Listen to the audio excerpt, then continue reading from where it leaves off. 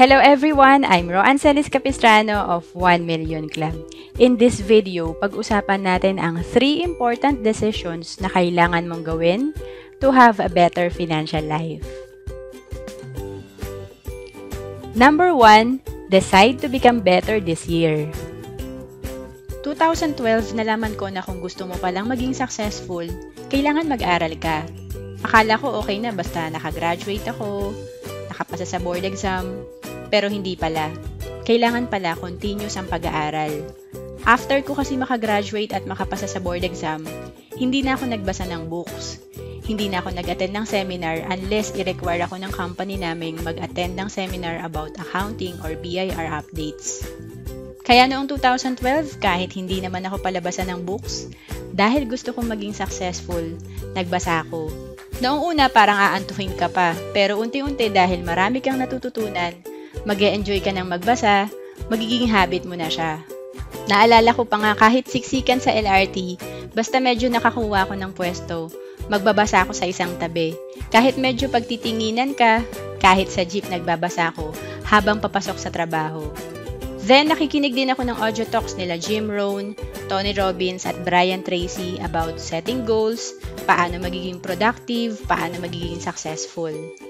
Nag-attend na rin ako ng mga seminar noong nalaman kong importante pala yun para mag-improve ang financial situation ko. At kahit may bayad, sige bayad ako kasi gusto ko talagang mabago ang sitwasyon ko.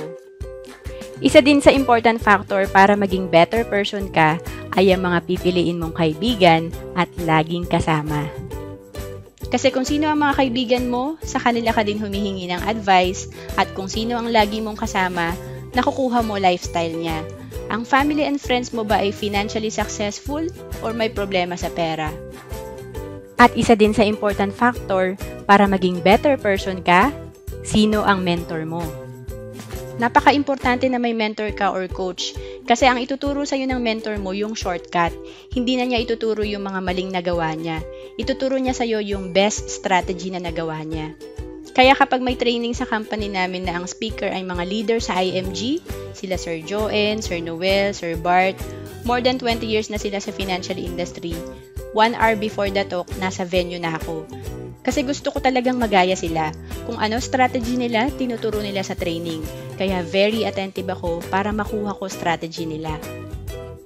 Number 2, decide what you want. Ano yung gusto mo? Ano yung goal mo? Dapat specific ka. Hindi pwedeng gusto mo lang kumita ng extra income. How much? Extra 20,000? Extra 50,000? Extra 100,000? Kapag clear ang goal mo, mas gagawin mo ang isang bagay para ma-achieve mo. Kapag may specific goal ka, mas naa-align mo yung mga ginagawa mo.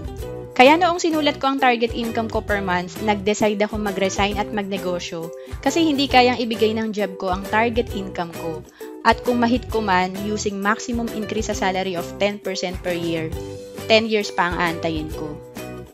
And number 3, decide what price are you willing to pay.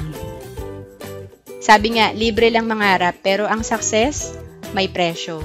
Naalala ko nabanggit ni Sir Joen sa training, kung gusto mong maging successful, you must be willing to pay in advance, pay in full. What are you willing to sacrifice? Noong 2012, dahil gusto kong matutong magnegosyo, nag-part-time financial educator ako sa IMG. 8 a.m. to 5 p.m. may full-time job ako as finance manager. After work, I do IMG 5 p.m. to 11 p.m. Grabe, lunch break ko nasa 15 minutes lang siguro during that time. Kasi as a manager sa work ko, kailangan talaga mag-overtime sa dami ng trabaho, sa dami ng rush. Pero dahil nag-set ako na, oops, after 5 p.m., para sa akin naman. Aralan ko yung negosyo naman after 5 p.m. Kaya sobrang focus din ako sa job ko that time para maraming matapos. Usually, pag empleyado ka dahil pagod ka na sa 8 hours na pagtatrabaho mo, ang ginagawa, you set out of town or out of the country na travel pag weekend, o kaya kakain sa labas, nood ng sine, mag-shopping, or manood ng TV after work. Pero in my case, pinili ko na mag-part-time business. I work hard for the last 5 years, kaya today, I am receiving my reward. Kaya ngayon, I'm earning more than my target income per month. Kaya ngayon, mas may time ako sa pamilya ko. Nakakapag-travel ako sa gusto ko. Malaki na nai-invest ko.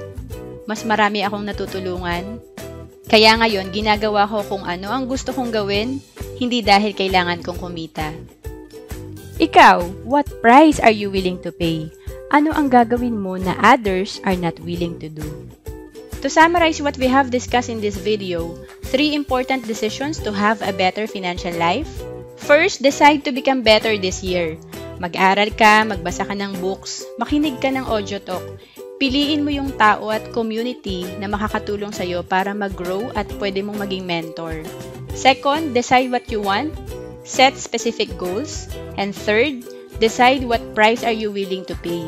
Ano ang sasacrifice mo dahil success has a price.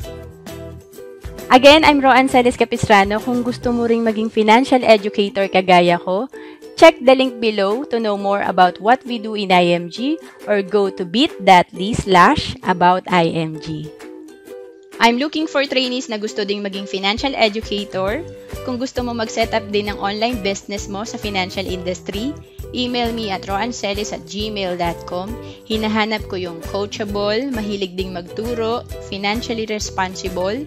Hindi kasi pwedeng maging financial educator kung gusto mo lang kumita. Ang kailangan ko yung taong gusto ding mag-ipon at mag-invest. Willing to learn online marketing tools at willing ding matutong gumawa ng videos. Again, you may email me at roancelis@gmail.com. Please indicate in the subject, financial educator.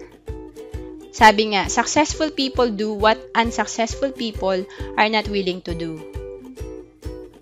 Congrats sa mga winner ng Budget Envelope Organizer!